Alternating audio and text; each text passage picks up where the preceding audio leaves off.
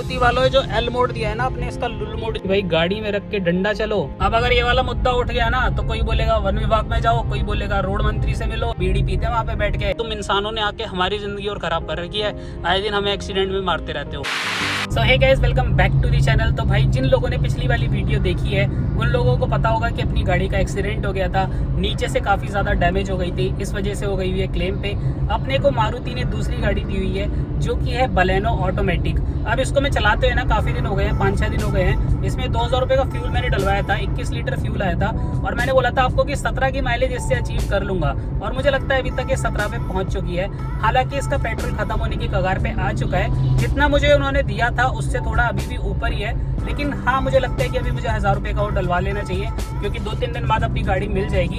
और अभी आपको इसका किलोमीटर्स दिखाया था और मीटर दिखाया था कि एवरेज कितनी थी कितने किलोमीटर्स में, उससे आपको आइडिया लग जाएगा कि आपके भाई की ड्राइविंग कितनी नेक्स्ट लेवल की है। तो लो जी, सामने पेट्रोल पंप भी आ चुका है। अपनी गाड़ी अभी तक चल चुकी है 332 किलोमीटर्स। और भाई जब इन्होंने मुझे दी थी ना मारुति वालों ने, उस टाइम पे भाई ये ई से भी नीचे थी। मतलब आप सोचोगे कि ये जो ई है ना, ये अभी ई से ऊपर है, ऐसा नहीं है कि नीचे पहुंच गई है, ये ई से भी नीचे पहुंचाई हुई थी भैया, एकदम ही चिपका रखी थी जड़ में। लेकिन अभी भी इसके अंदर फ्यूल है, मेरे को लगता है लगभग 350 के आसपास आराम से चल जाएगी। और अपनी चली है, इसके अंदर माइलेज अपने को मिला है टोटल 16.8, मतलब 17 में टच कर देता। लेकिन मेरे को क्या है कि मेरे को है ना कॉलोनीज वगैरह में भी घूमना पड़ता है कई बार। तो ले जी, पेट्रोल ही नहीं है यहाँ पे, बोल रहे हैं सीएनजी पेट्रोल खत्म हो गया। और ये देखो ऑटोमेटिक गाड़ी है, चलाने में मज़ा आता है, कोई चक्कर ही नहीं है भाई। व्लॉगिंग के हिसाब से तो मस्त बनी है गाड़ी। तो भाई 16.8 का माइलेज जब दे रही है, कम से कम 30 किलोमीटर है ना एक कॉलोनी के अंदर चली है। मेरे दांत में कुछ प्रॉब्लम हो गई थी, जिसमें कि कभी भी अगर मैं गाड़ी से उतरता हूँ ना तो मेरी एक आदत है कि अगर 5-7 मिनट 2-4 मिनट है ना तो गाड़ी को बंद नहीं करता हूँ। अगर कोई बैठा हुआ है तो, अगर मैं अकेला हूँ तो बंद कर देता हूँ क्योंकि मैं तो अपने ऊपर कॉस्ट सेविंग का पूरा ध्यान देता हूँ। लेकिन अगर कोई साथ बैठा है तो थोड़ा सा अच्छा नहीं लगता है, इस वजह से। उसके बावजूद आप सोचो कि 16.8 का माइलेज भाई नॉट बैड, वो भी ऑटोमेटिक गाड़ी के अंदर। लेकिन इस बहाने एक चीज़ हो गई भाई कि अपने को ऑटोमेटिक चलाने की आदत सी तो नहीं हुई, यूँ कहूँगा कि मज़ा आया। लेकिन मेरे को एक चीज़ अभी भी लगती है कि मेरी जो लेफ्ट साइड है ना यार, ये बड़ी है ना लाचार सी, खाली सी रहती है। तो मुझे लगता है कि जिन लोगों को पता है क्या होता है, कुछ लोग बोलते हैं कि भाई गाड़ी चलाने में मज़ा नहीं है, पीछे बैठने में है ड्राइवर के साथ। तो वो शायद इसलिए बोलते हैं कि पहले वो लोग क्या करते हैं कि ऑटोमेटिक पे शिफ्ट होते हैं, थक के इंजॉयमेंट को छोड़ के ऑटोमेटिक पे शिफ्ट हो जाते हैं। और जब आपका खाली राइट का लैग और राइट का हैंड चल रहा है ना, तो कुछ टाइम के बाद को है ना इसमें आपको बोरियत फील होने लगती है, क्योंकि मैनुअल कार में तब भी आपको फन टू ड्राइव रहती है। लेकिन ये वाली गाड़ी जो होती है ना ऑटोमेटिक, स्कूटी की तरह रेस दे रहे हैं, भाग रही है करके तो भाई रुक जा रही है, तो वाला सिस्टम है इसके अंदर, मजा नहीं है इसके अंदर कुल मिला के। तो इस वजह से मुझे लगता है जो लोग ड्राइवर पे शिफ्ट होते हैं ना वैसे ही होते हैं, पहले ऑटोमेटिक पे आते हैं, फिर उनकी लाइफ में थोड़ी और बोरिंगनेस आ जाती है, फिर कहते हैं कि अरे भैया पीछे बैठना ही ठीक है, ड्राइवर गाड़ी चलाए वही बढ़िया है। तो भाई मैनुअल गाड़ी चला रहे हो ना तो उसी को चलाते रहो, ऑटोमेटिक के चक्कर में पड़ गए ना लसड़ के चलाओगे, मतलब मन ही नहीं करेगा, दिल से फीलिंग नहीं आएगी। अब मैं चला रहा हूँ इसे, ऐसा लग रहा है स्कूटी लेके चल रहा हूँ मैं रोड पे, गुर्र करके जाती है, गुर्र करके एकदम, कोई यार फीलिंग ही नहीं है ना, गियर चेंज करना ना कुछ करना, ऐसा थोड़ी होता है। तो चलो भाई एक और फ्यूल पंप आ गया है, यहाँ पे चेक कर लेते हैं। फ्यूल खत्म हो गया आज की डेट में फरीदाबाद में, काफ़ी जगहों पे, गुड़गांव में भी। देखते हैं इनके पास होगा नहीं होगा। 900 रुपये का पेट्रोल यहाँ से डलवा ले रहा हूँ अभी, क्योंकि मुझे लगता है 1-2 दिन में अपनी गाड़ी वापस चली जाएगी, मतलब अपनी गाड़ी वापस आ जाएगी और ये वाली चली जाएगी। गाड़ी नहीं, गाड़ी चलाने में मज़ा आता है, लेकिन आलसियों के हिसाब से बढ़िया है। लेकिन भैया अपने हिसाब से नहीं, ज़िंदगी से मज़ा सा ख़राब हो गया यार, मज़ा सा ख़त्म हो गया एकदम ही। चलाते टाइम है ना अजीब ही लग रहा है। 1000 रुपये में देखो कितना आ जाता है, ब्रेजा में नहीं आता भाई इतना, ऑलमोस्ट मतलब देखो क्वार्टर से ऊपर पहुंच गई है। क्वार्टर का नाम क्यों ले दिया शाम के टाइम। और अभी है ना मैं कैलकुलेट कर रहा था कि 16.8 का माइलेज मतलब निकल के आ रहा है, लगभग 332 अभी चली है, मतलब 350 चल जाती है लगभग, मैं मान के चलूँ अगर, तो 16.8 ही आ रहा है भाई 21 लीटर को अगर डिवाइड कर रहा हूँ। मैंने कहा सही है भाई, एग्जैक्ट। और ये देखो भाई इसके अंदर 1-2 खराबियां हैं, वो अभी आपको बताता हूँ क्या क्या है। एक तो भाई बलेनो की बिल्ड क्वालिटी सबसे बड़ी चीज़, ऐसा लगता है कि भैया तितली निकल जाएगी इसकी। हर कोई ये बोलता है भाई आराम से चलिए तितली बन जाएगी, अब डर के चलना पड़ता है थोड़ा सा। वैसे तो ब्रेजा भी उतनी तगड़ी कोई वो है नहीं, लेकिन फिर भी बेटर है, मतलब वो है कि 4 स्टार है। और कुल मिला के मुझे थोड़ी सी हैवी लगती है इससे, थोड़ी नहीं थोड़ी ज़्यादा ही हैवी लगती है, थोड़ी बोल दी तो थोड़ी बेइज्जती सी हो जाएगी। और कुल मिला के लेकिन भाई एक चीज़ है, इसके अंदर का इंटीरियर वगैरह बहुत ही अच्छा दिया है। देखो पुराने वाला ऑटोमेटिक क्लाइमेट कंट्रोल ऐसा आता था, ये तो अपने को पता ही ना चले, और ये इसका दिया नुन्नू सा, अपने आप हिलता रहता है, नीचे को गिरता रहता है। अब देखो ये यूज्ड कार है वैसे तो भाई 88,000 90,000 के आसपास चल चुकी है, लेकिन फिर भी इसके अंदर है ना एक चीज़ मैं बोलूँगा कि भाई प्रॉब्लम है, पता नहीं क्या क्या है। एक तो इसका जो एल मोड है ना, ये बिल्कुल ही लुल मोड है, मतलब इसके अंदर क्या पावर ही नहीं है। एल में जब मतलब कि टॉर्क ज़्यादा देना चाहिए, गाड़ी को पंच एकदम लेना चाहिए, कुछ भी नहीं लेती है। और जो इसका स्पोर्ट्स मोड है, इसका राइट में बटन है यहाँ पे ये वाला, इसको दबाने के बाद भैया कद्दू कुछ फर्क नहीं पड़ता, केवल आरपीएम ऊपर जाते हैं। अगर यकीन नहीं हो रहा तो अभी देख लो। अरे भाई लेफ्ट से क्यों ओवरटेक कर रहे हो, बिल्कुल ही जाहिल हो क्या। ये देखो भाई मैं एस दबाता हूँ, आप देखना, ये एस दबा दिया और इधर एस का साइन आ गया। अब देखना ये क्या कार्रवाई होगी। आरपीएम देखो कैसे पहुंच रहा है ऊपर, रेस उतनी दे रहा हूँ मैं, आरपीएम देखो कितना पहुंच गया, ठीक है। और गाड़ी की रेस देखना भाई 2,500 2,500 के आरपीएम पे अगर 40-50 में ही चलेगी तो समझ नहीं आ रहा हो क्या रहा है ये और क्यों हो रहा है ये। मतलब 2,500 आरपीएम पे मैं पेट्रोल फूक रहा हूँ और ये 50 की स्पीड ही पकड़ रही है, समझ नहीं आ रहा कुछ मैटर इसका है क्या। इसके अंदर मुझे लग रहा है कोई खराबी है। देखो 2,500 आरपीएम और 50-60 भी नहीं पहुंची इतनी देर में, बहुत देर से चल रही है। और अब इसे नॉर्मल पे लाऊं, इतने पे ही रहेगी, देखना कोई फर्क नहीं आएगा। ये मैंने एस हटा दिया, एस मोड हट गया और अब देख लो आप, एस मोड हट गया, आरपीएम आ गया सीधा 1000 पे। और लेकिन देखो स्पीड उतनी है 60 और कुछ मैंने ज़्यादा कम नहीं किया रेस। दोबारा दबाऊँ, दोबारा देख लो, ये एस दबाया, एस मोड आ गया इधर और देखो अभी बढ़ता चला जाएगा बस बेफजूल में, लेना देना कोई नहीं भाई। पता नहीं क्या पेट्रोल खाने की मशीन है क्या बेफालतू में, बंद करो इसे, काम का नहीं है। और लुल मोड तो और भी बेकार है, उसमें तो बस खाली करती रहती है, भागती कहीं आई नहीं। तो भाई मारुति वालों जो एल मोड दिया है ना आपने, इसका लुल मोड जो दिया है ये किसी काम का नहीं है। इसकी जगह पे कोई अच्छा सा मोड दे थे, स्पोर्ट्स का भी अच्छे से यूज़ नहीं हो पा रहा है। अब पता नहीं ये पुरानी है इस वजह से या नहीं है, लेकिन कुल मिला के इंजन तो ठीक है भाई, काम तो करना चाहिए। खाली आरपीएम ऊपर जा रहे हैं, ये भी नहीं समझ आ रहा है क्यों जा रहे हैं। पेट्रोल अभी आ गया है 900 का डलवाया है अभी, क्योंकि हो सकता है 2-3 दिन में वापस करें। तो भैया ज़्यादा पेट्रोल डाल के क्यों देना है, मतलब अपने को तो एकदम ही 1 लीटर डाल के दिया था ई से भी नीचे। लेकिन अपन कोशिश करते हैं ऐसा ना करें, अपन लोग रिजर्व के ऊपर दें या फिर रिजर्व लगी हो तभी दे दें, उसके आसपास दें। मतलब ऐसी हालत में नहीं देते कि भैया ई पे आ गई, येलो लाइट जल रही हो उतना तब भी समझ आता है। अच्छा कह रहे होगे ना कि येलो दे के बहुत एहसान कर रहा है, क्या करें, अभी जितना पैसा कमाते हैं उसके हिसाब से इतना ही दे सकते हैं। कम से कम रिजर्व में भी 3-4 लीटर दे के ही दे रहे हैं, ऐसा नहीं है जितना उन्होंने हमें, उन्होंने तो 1 ही लीटर देते हैं हमें। एसी बहुत ही कातिल है इस गाड़ी का भाई, बस ये है कि एकदम ऐसे चलती है, देखो एकदम हल्के हल्के नोट पे ना भाई थोड़ा सा डर लगता है। और इसका स्टीयरिंग ब्रेजा से ज़्यादा टाइट है, या तो इसका ब्रेजा का मतलब ब्रेजा का स्टीयरिंग अभी ठीक है और ये वाला ख़राब हो चुका है, तो ऐसा कुछ है, क्योंकि ये बहुत ज़्यादा टाइट है ब्रेजा के कंपैरिजन में। ब्रेजा बहुत ही स्मूथली घूम जाती है और ये भैया थोड़ा सा जर्क ले रही है, मतलब टाइट सा फील हो रहा है इसके अंदर मुझे। अपनी गाड़ी में जो काम है जोरों शोरों से चल रहा है और भाई जैसे ही वो कंप्लीट होके आएगी ना, मेरा मन कर रहा है कि थोड़े दिन के बाद निकल जाऊँ ऋषिकेश या फिर कहीं हिमाचल की साइड में, कोई आसपास की लोकेशन में, क्योंकि पहाड़ों की वाइब है ना एक अच्छी वाली लेके आनी है। अभी तो आया हूँ मगर दोबारा जाने का मन कर रहा है, क्या करें। अब देखते हैं कहाँ की ओर जाएंगे, हिमाचल जाएंगे, उत्तराखंड जाएंगे, लेकिन आसपास की जगह जाएंगे ताकि तसल्ली से वीकेंड पे एक्सप्लोर कर पाएँ। भैया इतनी छुट्टी नहीं मिल पाती है, क्योंकि एक भाई ने जब से बोला था ना कि छुट्टी कैसे मिल जाती है, मेरे तो लग गए हैं जब से। अब आप बोलना मत भाई दोबारा से ये चीज़ ना, जब से डाइजेस्ट नहीं हो पा रही है। ऑफिस में भी लोग पूछते हैं अब नेक्स्ट प्लान कब का है। अब क्या बताऊँ भैया कि नेक्स्ट प्लान बन ही नहीं पा रहा है, छुट्टी नहीं मिल पा रही है, काम ही इतना हो गया है। एक भाई ये रोड है जो कि जाता है अपना गुड़गांव से फरीदाबाद और फरीदाबाद से गुड़गांव। इस रोड पे डेली एक्सीडेंट्स होते हैं, लोग ओवर स्पीडिंग करते हैं, एक तो वो रीज़न है। सिंगल रोड है और उसके अलावा भाई यहाँ पे ना गाय वाएँ छोड़ देते हैं, जो लोकल में जिन्होंने गाय वाएँ पाली हुई है ना। हमारे देश में बस गाय को माता बोलने के लिए माता है, लेकिन जो लोग पालते हैं ना यार बहुत ही बेकदरी करके रखते हैं, रोड पे छोड़ देते हैं इधर उधर। इस वजह से उनको भी चोट लगती है और लोगों का भी नुकसान होता है, तो ये चीज़ बड़ी गलत है। अब पता नहीं है अगर कोई प्रशासन में या फिर कोई हायर अथॉरिटीज़ में कोई देख लेना तो इस पर एक्शन लिया जाए। गुड़गांव की ओर जाओगे तो एक बीच में एक टोल पड़ता है ना, तो NHI का टोल है और बेफालतू में पैसे लेते हैं। देखना ये रोड है ना, इस पर कोई लाइट है ना कुछ है, इस बात का पैसा लेते हैं। रोड है मैं मान गया, लेकिन और क्या फैसिलिटीज़ हैं इसके अंदर से। बंदर आ जाता है, कभी चीता आ जाता है, कभी मोर आ जाता है, नीलगाय आ जाती है, आए दिन एक्सीडेंट हो जाते हैं लोगों के। अब लोग ठीक है, लोग नहीं मानते, लेकिन आपने भी तो कोई फैसिलिटीज़ नहीं दी हुई है ना। लेकिन कुल मिला के मुझे गाय के लिए स्पेशली लगता है कि यार बंदर तो चलो ठीक है, उदम मचाते हैं, वो तो भैया किसी ना किसी दिन आ ही जाते हैं, क्या करें। अब उसमें भी फिर बात है कि भाई गवर्नमेंट कुछ करे, इसमें कोई NGO जो इतना पैसा खाते हैं लोगों से लेके और लूटते हैं आए दिन स्कीमें बता के। भाई NGO तुम भी कुछ शर्म कर लो कम से कम। अगर सरकार के पास पैसा नहीं है या फिर सरकार के बस की नहीं है, तो ऐसे जितने भी रोड्स हैं जहाँ पे गाड़ियाँ चलती हैं, इनके साइड में सीलिंग कर दो, कुछ ग्रिल लगा दो, कुछ लोहे का टेम्परेरी लगा दो, मतलब ऐसा लगा दो भाई, दीवार मत बनाओ, मुझे पता है महंगी पड़ती है, कुछ ऐसा अरेंजमेंट कर दो कि ये जानवर है ना बार बार रोड पे ना आए। अब देखना इस वजह से कितनी दिक्कत होती है यार। हम लोगों को होती है। उसके अलावा भाई जो नॉर्मली जानवर है, इन लोगों का क्या कसूर है ये बताओ? इन लोगों की कोई गलती है बेचारों की? ये कह रहे होंगे साला तुम इंसानों ने आके हमारी ज़िंदगी और ख़राब कर रखी है, आए दिन हमें एक्सीडेंट में मारते रहते हो। अब अगर ये वाला मुद्दा उठ गया ना तो कोई बोलेगा वन विभाग में जाओ, कोई बोलेगा रोड मंत्री से मिलो, इससे मिलो, रोड वाले करेंगे, कोई कहेगा वन विभाग वाले करेंगे। वन विभाग वालों का जो ऑफिस होता है ना, वन विभाग वाले जो ऑफिस होते हैं वो होते हैं जंगल के अंदर। एक बार गया था मैं, बीड़ी पीते वहाँ पे बैठ के आधे से ज़्यादा लोग, और जो ऑफिसर है वो कभी कभी जाते हैं, वो कभी जाते नहीं जाते पता नहीं भैया, वो तो अपना ऑफिस में जाके काम करके आ जाते होंगे। बाकी पूरी की पूरी टीम पीछे टोली बना के बीड़ी बीड़ी होती है मस्त बैठ के। मैंने पूरे नज़ारे इनके देखे हुए हैं। तो भैया लेकिन ये है कि गलत है, जो भी है गलत है, कुछ करना चाहिए इसके लिए, क्योंकि ऐसा बोलने के लिए नहीं, हर एक जानवर का सोचना चाहिए।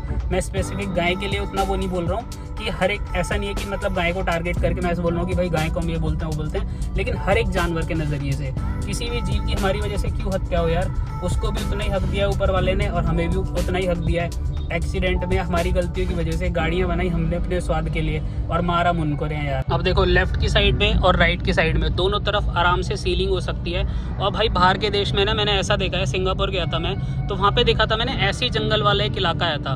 वहाँ पे क्या कर रखा है भाई, स्पेशली जानवरों के लिए उन्होंने ना ओवर ब्रिजेस बना रखे हैं, मतलब 2-3। उस पे से क्या है, जंगलों के साइड में तो दीवारें हैं उनके यहाँ प्रॉपर कवर्ड है, ऐसे पूरा पैक्ड है दोनों ओर से, और रोड है पीछे बीच में डबल लेन का, और ऊपर ब्रिजेस बना रखे हैं, और वो है ना पूरी जंगल जैसे ब्रिजेस दिखते हैं। तो मैंने किसी से पूछा था वहीं पे ड्राइवर से या कैब ड्राइवर से किसी से कि यार ये क्या चीज़ है, तो उन्होंने बताया कि ये ना जानवरों के लिए बना रखे हैं। जानवर क्या है कि अगर उन्हें क्रॉस करना है जंगल के लेफ्ट वाले एरिया से राइट में, तो वो क्या करते हैं कि इसके ऊपर से जा सकते हैं। तो ब्रिजेस बना रखे हैं और बहुत चौड़े चौड़े, और ऊपर है ना पूरा जैसे होता है ना पेड़ वेड़ प्रॉपर एकदम वैसा दिखता है ना, एकदम जंगल वाला पूरा वो ब्रिज ही ऐसा लगता है कि पूरा का पूरा जंगल नहीं बनाया नेचुरली, लेकिन वो बनाया वहाँ की गवर्नमेंट ने है। इसलिए बनाया कि वो जानवर इधर से उधर जा सकें, और एक नहीं 3-4 बना दिए, और भाई आम आदमी को भी कोई दिक्कत ना हो। लेकिन भैया यहाँ पे आदमी की कोई कीमत नहीं है, तो जानवरों की तो क्या ही कीमत होगी। और अक्सर मैंने देखा है भाई हमारे यहाँ पे अगर कोई मुद्दा उठाओ ना, जैसे अभी ये बोला जानवर को लेके, या फिर गाय की गाय के जो एक्सीडेंट्स होते हैं उनको लेके, तो इसमें क्या करते हैं ना लोग, अपनी कास्टिज्म को, रिलीजन को बीच में लाके ना उस पर अपनी बकैती करना स्टार्ट कर देते हैं। घरों में बैठे हैं और लड़ा रहे हैं लोगों को और उल्टे काम कर रहे हैं, और ये काम पता है किसके, फ़ायदा किसी और को हो रहा है भाई। ये सब करने से ना किसी को कोई फ़ायदा नहीं हो रहा, जिसका जो मकसद है वो पूरा कर रहा है, तुम्हारा कुछ नहीं मिल रहा है, तुम्हारा सिर्फ सी कट रहा है। और अगर तुम टाइप सी के चार्जर हो तो ऐसे कमेंट्स करो, वरना ऐसे कमेंट्स को इग्नोर करो और आपस में मिलके रहना सीखो। और हमारा मोटो भाई एक होना चाहिए किसी भी चीज़ को लेके, ना कि ये नहीं कि अरे तुम्हारे धर्म में है, तुम्हारे इसमें, अरे भाई पहले इंसान आया, भगवान आया, ठीक है, धर्म भी आया मानता हूँ, लेकिन फिर भी कुछ चीज़ें होती हैं जिनमें ना हर चीज़ में बीच में अपनी अपनी जाति बिरादरी को और धर्म को बीच में नहीं घुसाना चाहिए। लेकिन आजकल देख रहा हूँ ये सब चीज़ें बहुत ज़्यादा चल रही हैं, हो रही हैं, क्या करें, लोग समझ नहीं रहे। 2024 में आ गए हैं, लेकिन अकल उनकी अभी भी 1924 वाली ही पड़ी हुई है।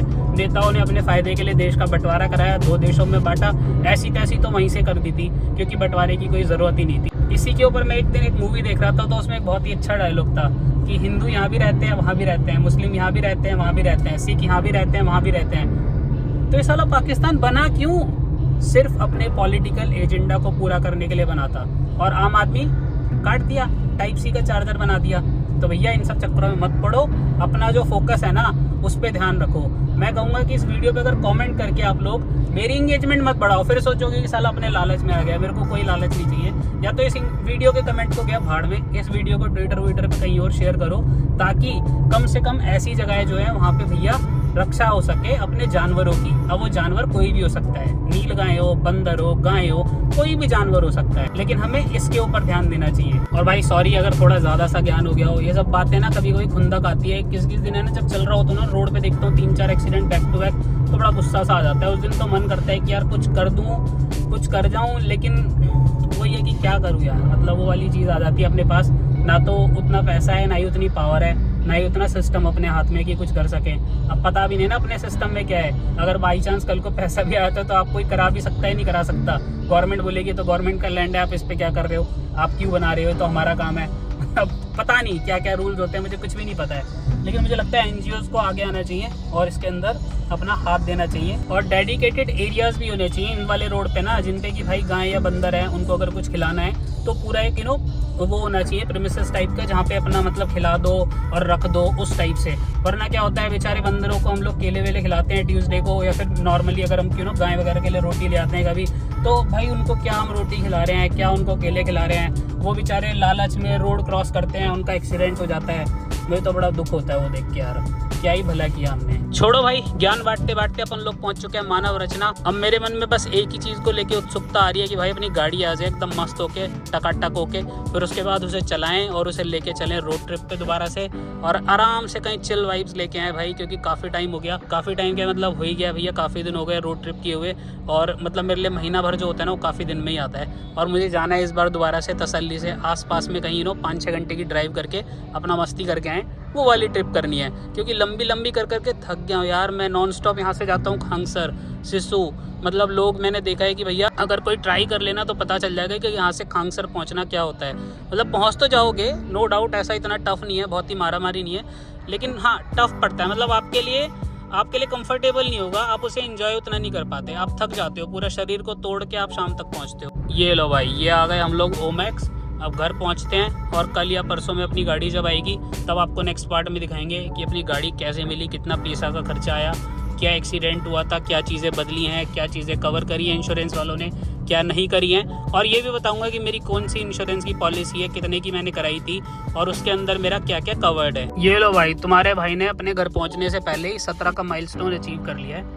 ये देख लो भाई, 17 पे पहुंचा दिया माइलेज, करेक्ट। गैस गाड़ी दिए हुए पूरा 1 हफ्ते से 1 दिन ऊपर हो चुका है, अभी तक कोई अपडेट नहीं है। मतलब अपडेट है, उन्होंने बोला है कुछ पार्ट ऑर्डर किया है, ऑर्डर तो ट्यूसडे को किया था, लेकिन उन्होंने कहा है कि वो पार्ट आ जाए है। एनी विच वे मेरे को भी कोई जल्दी नहीं है, बलानो चलाने में मज़ा आ रहा है। अभी जा रहे हैं आसपास की जगह पे एक्सप्लोर करने के लिए। हमारे घर के पास एक मॉल पड़ता है, गेड़ी मार देना, कभी वीकेंड पे ही आ जाते हैं। तो आज सोच रहा था वहाँ पे ना बहुत ही अच्छा सा काउंटर है वाघ बकरी चाय का, तो सोच रहा हूँ आज वहाँ जाके चाय पीते हैं, देखते हैं भाई कैसा है, क्योंकि दिखने में तो बड़ा इंटरेस्टिंग लगता है और लोग भी भीड़ जमाए खड़े रहते हैं, तो पता चले कि भैया वाघ बकरी चाय कैसी बना के पिलाते हैं वो।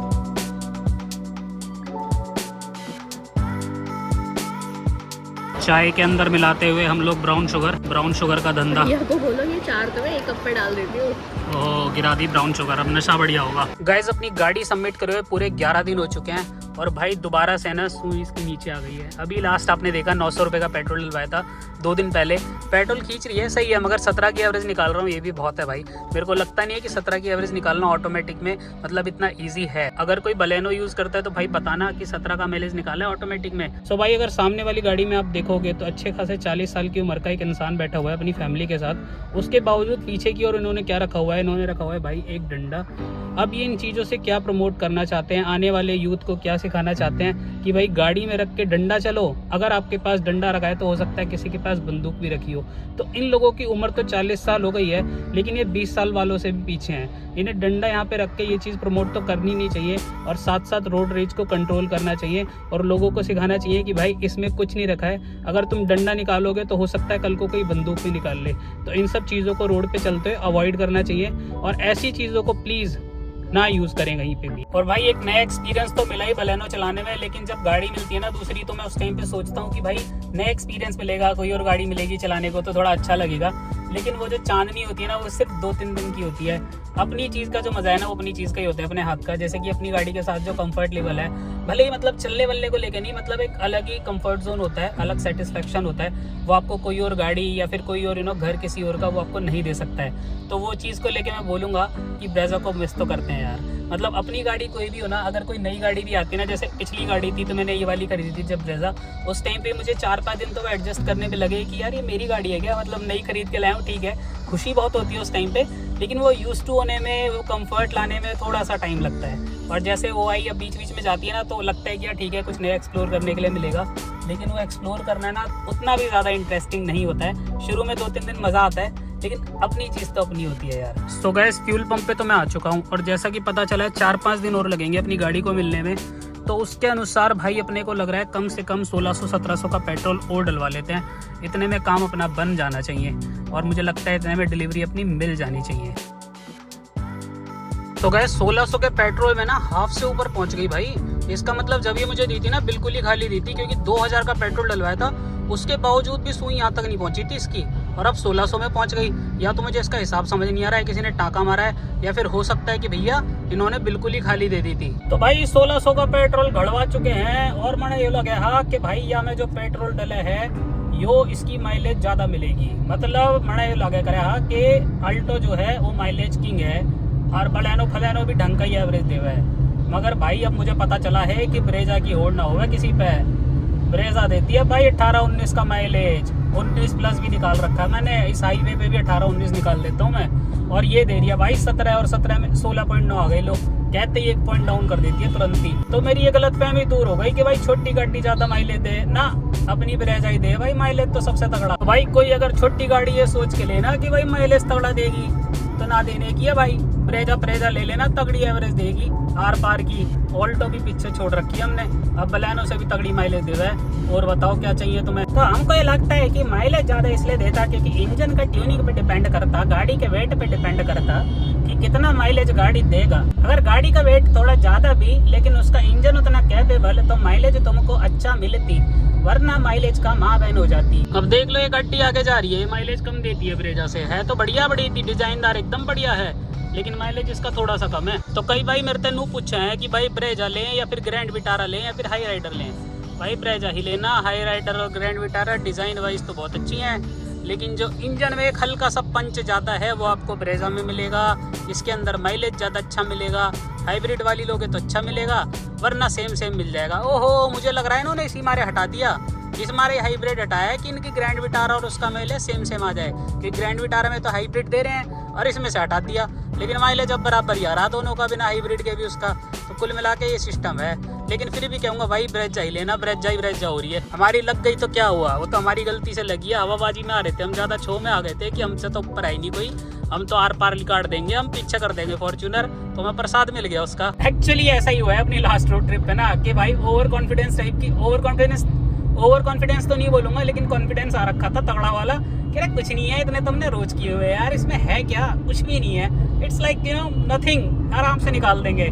लेकिन भाई प्रसाद मिल गया। भगवान ने कहा बेटे कितनी भी नॉलेज आ जाए, कितने अच्छे टेरेन्स पे आप चल लो, लेकिन मेरे आगे झुक के रहना पड़ेगा। ऐसा डर के चलना चाहिए ऐसी जगहों पे। तो एक लर्निंग मिली, एक लेसन मिला है, आगे से डर के चलेंगे, एकदम हवाबाजी में नहीं आएंगे, डर के। ओह कितनी गहरा है, ओह कितना तगड़ा रोड है, ऐसे करके चलना पड़ेगा, और उसे रियल में दिल से निकालना पड़ेगा। झूठे को निकालेंगे तब भगवान पकड़ लेंगे। बेटे बेईमानी करता है मेरे आगे, अभी तू बताया नहीं था पिछली बार तुझे। तो लो भाई फिर से आ गए जंगल वाले रास्ते पे। बड़ा सुंदर रास्ता है यार, ग्रीनरी बड़ी अच्छी है यहाँ पे ना।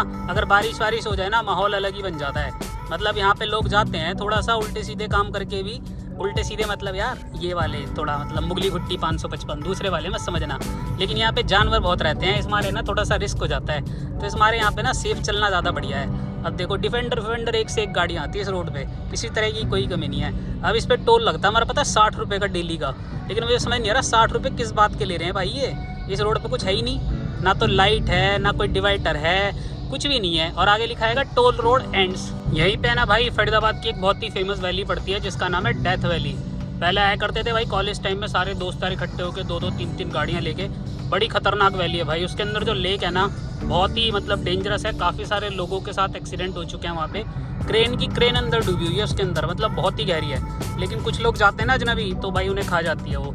तो कभी आओ इधर की साइड तक तो अकेले मत जाना। पहले तो यहाँ पे बहुत कांड होते थे, मतलब अगर इधर ही के लोकल दोस्त यार हैं या फिर खुद हो तब तो जा सकते हो, वरना अगर वैसे गए तो गाड़ी बाड़ी सब छिन के ही वापस आता था बाहर। ऐसा नहीं है कि तुम अगर नॉर्मली कंडीशन में वापस आ जाओगे, तो वो तो अलग ही चीज़। लेकिन सुंदर बहुत है अंदर, मतलब डीप में ऐसी जगह है ना यहाँ पे फरीदाबाद के अंदर जो कि लोगों ने अभी देखी नहीं है, जिनकी सुंदरता नेक्स्ट लेवल पे है। जैसे हनुमान जी का मंदिर है पीछे, त्रिवेणी आश्रम, एक इधर पड़ता है परसोन टेम्पल, एक इधर पड़ती है डेथ वैली। ये सब हमने मंदिर जमाने में घूमे हुए हैं 2012-13 के आसपास। और यहाँ पे पड़ती है आपका फरीदाबाद में शूटिंग रेंज। तो भाई बहुत सारी जगह हैं। शूटिंग रेंज है ना, मतलब वो निकलती है तुगलकाबाद फोर्ट की ओर, वहाँ पे बहुत शूटिंग वूटिंग होती थी पहले। और वहाँ का जो रास्ता है ना भाई, ओए होए होए, ऐसा लगेगा कि मतलब किसी मूवी की शूटिंग के ना उसमें चल रहा है रोड पे, एकदम ऐसा लगेगा विदेश वाला सीन। दोनों ओर से पेड़ों ने कवर्ड कर रखा है, बीच में गुफा बन रखी है पेड़ों की, दोनों ओर से, इधर से भी इधर से भी, और उसके बीच में से निकल रहे हो। बहुत ही नेक्स्ट लेवल हो जाता है। और मानसून के टाइम पे तो भाई यहाँ की ग्रीनरी है ना नेक्स्ट लेवल होती है। तो क्या है कि अभी अपना सिस्टम उतना आर पार का है नहीं, उतना तगड़ा नहीं है ना कि भाई आपको आसपास की जगह दिखाऊं और उतने सारे लोग देख लें। अभी बहुत कम लोग देखते हैं, फिर भी कोशिश करता हूँ आर पार की थोड़ी बहुत जगह दिखा दूँ, आर पार की नहीं आसपास की थोड़ी सी। लेकिन फिर भी ये होता है कि अगर कहीं मतलब थोड़ा सा ज़्यादा रीच बढ़ जाएगी ना अपने चैनल की, तब शेयर करेंगे ताकि लोगों को पता चले कि भाई फरीदाबाद की इंटरनल ब्यूटी कितनी सुंदर है।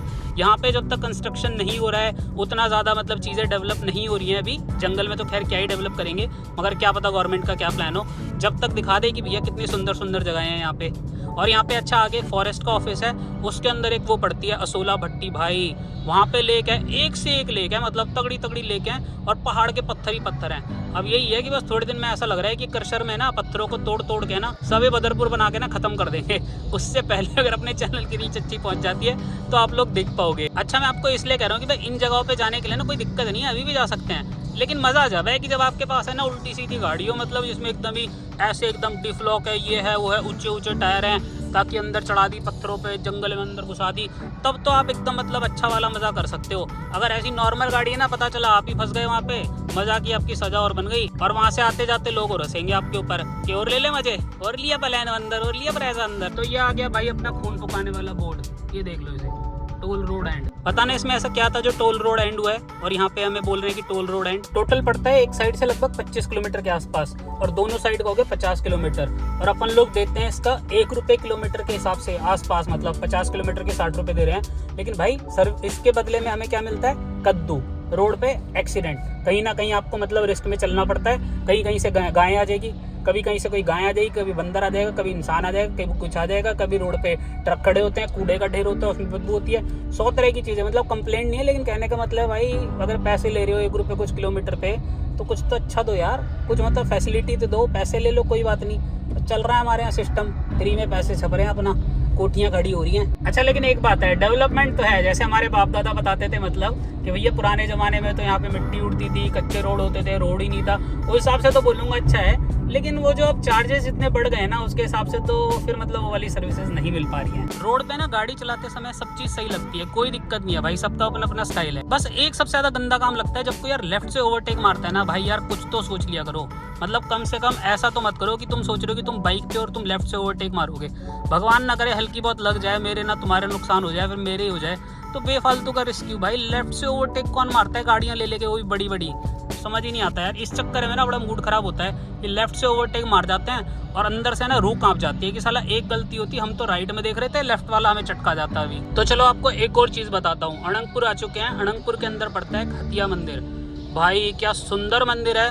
कभी अगर आपको चांस मिले तो मंदिर घूमने आना हो तो हतिया मंदिर आना। इसके अंदर आपको भाई पहाड़ी के ऊपर पहुंचोगे, एक तो आप सीढ़ियां चढ़ के कुछ, और पूरा का पूरा नीचे अनंगपुर विलेज दिखता है, खेत दिखते हैं, मतलब दूर दूर तक ऐसा लगेगा पहाड़ की ऊंचाई पे से ना नीचे पूरे खेत गांव सब कुछ देख पा रहे हो। बहुत ही नेक्स्ट लेवल का व्यू है। मैं तो आ रखा हूँ, मतलब वही मंदिर जमाने में, जब स्कूल कॉलेज टाइम में दोस्त यार हैं अपने, कुछ रिश्तेदार हैं उनके, तो यहीं पे रहते हैं, तो आ रखे हैं मंदिर जमाने में। लेकिन ऐसी जगह है ना, वो ये एक्सप्लोर करने के लिए आपको वीकेंड पे निकलना पड़ेगा। फिर क्या है कि अभी जो ऑडियंस है उन्हें शायद एक्चुअली मतलब उत्तराखंड और हिमाचल देखना ज़्यादा पसंद है, लेकिन जब ऑडियंस ऐसी आएगी ना कि जब कहेगी कि भाई जो तू दिखाएगा वो देखेंगे, तब मैं सब चीज़ें दिखाऊंगा आपको, एक से एक सुंदर जगह दिखाऊंगा, अपने घर के आसपास में दिखाऊंगा, और यहाँ के लोकल लोगों को भी ना मोटिवेट करूंगा कि भाई आओ।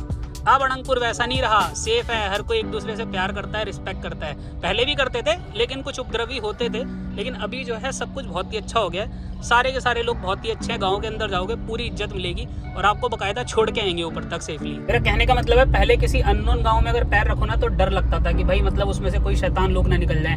एक दो होते हैं ना, हर गाँव में होते हैं, हमारे गाँव में भी हैं, तो कुल मिला के। लेकिन अभी सब चीज़ें बहुत अच्छी हो गई हैं, लोगों में वो समझदारी आ गई है। अगर कोई बाहर से आता है तो उसको पूरी इज्जत मिलती है, आपको प्रॉपर देसी खाना भी मिल जाएगा खाने के लिए। अगर थोड़ी बहुत जान पहचान बना ली या किसी से प्यार से बात कर ली तो वो भी आपको फ़ायदा होगा। तो कुल मिला के बहुत सारी जगह हैं मज़ेदार, कभी दिखाऊंगा आपको जब आप कहोगे कि भाई ये है real Faridabad. So guys, finally हरा मैदान के अंदर एंट्री कर चुके हैं, अपना घर आने वाला है। आई होप आपको ये व्लॉग अच्छा लगा होगा। अगर बकवास थोड़ी बहुत ज्यादा कर दी हो और थोड़ा ज्यादा ज्ञान दे दिया हो तो भाई माफ करना, दोबारा से नहीं करेंगे।